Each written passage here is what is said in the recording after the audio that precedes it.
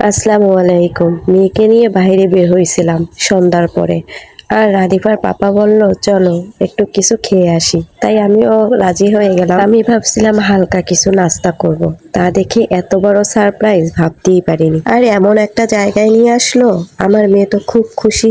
মানে চারদিকের পরিবেশটা দেখে সে এতই খুশি হয়েছে, লাফালাফি শুরু করে দিয়েছে। আর রেস্টুরেন্টে ঢোকার সাথে সাথেই তার সব চাচ্চু হয়ে গেছে। সবার সাথে সে আড্ডা মজা শুরু করে দিয়েছে। আসলে রাধিফাটা এমনই, যদি কোথাও যায় না তাহলে এমনই করে, সবার সাথে খুব সহজেই মিশে যায় আর সবার কোলেই যায়। তবে এই রেস্টুরেন্টটার একটা জিনিস খুব ভালো লাগছে, সেটা হচ্ছে আপনি বাহির থেকে সবকিছু দেখতে পাবেন কিভাবে তৈরি করতেছে খাবারটা। আর আমার মেয়ে এখানে বাসার মতো চিৎকার করে কথা বলতেছে, বাবা বাবা, মাম্মাম মাম্মাম, চাচু চাচু সবাইকে ডাকতেছে। বাবু হওয়ার পরে আমাদের তেমন একটা রেস্টুরেন্টে খাওয়া দাওয়া হয় না বলতে গেলে, কারণ ও বাসা এরকমের ঝামেলা করে আর ও তেমন একটা কিছু খায় না, শুধু আইসক্রিম, কোকা কোলা, জুস এগুলোই বেশি পছন্দ করে রাধিফা। তাই আর ওকে নিয়ে আসাও হয় না। আর এদিকে আমি বসে বসে একটু সেলফি তুলছিলাম, আর এদিকে রাধিফার পাপা খাবারের অর্ডার দিছিল, কি কি খাবে কি খাবে না। তাই ও আমাকে বারবার জিজ্ঞাসা করতেছিল, তুমি কি খাবে। আসলে ওর সাথে কোথাও গেলে বা এরকম রেস্টুরেন্টে গেলে ও এটাই করে, শুধু কি খাবে কি খাবে তাই।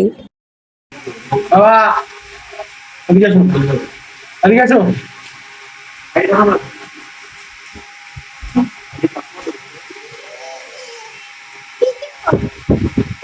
পিজ্জা আসতেছে, খানা।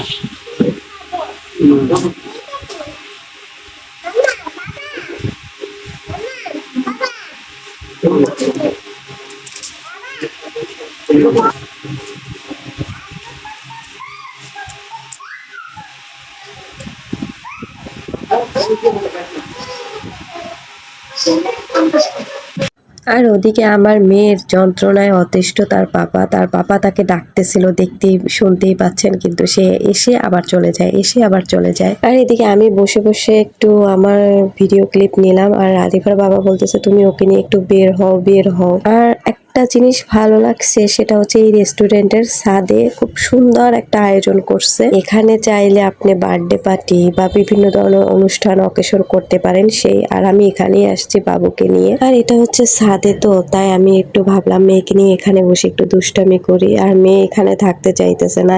এখানে বোধহয় ওর পরিবেশটা ভালো লাগে না, কারণ এখানে একটু অন্ধকার অন্ধকার, তো এই জন্য। কিন্তু আমার অনেক বেশি ভালো লাগছে জায়গাটা। তবে আমার বর যদি আমাকে এরকমের সারপ্রাইজ বা গিফট কোনো কিছু দেয়, আমি কিন্তু কোনো কিছুতে না করি না, সঙ্গে সঙ্গে রাজি হয়ে যাই। কারণ একটাই জানেন, কারণ এই সময়টা আর কখনোই ফিরে আসবে না, এরকমের সময় তো নাও আসতে পারে, তাই।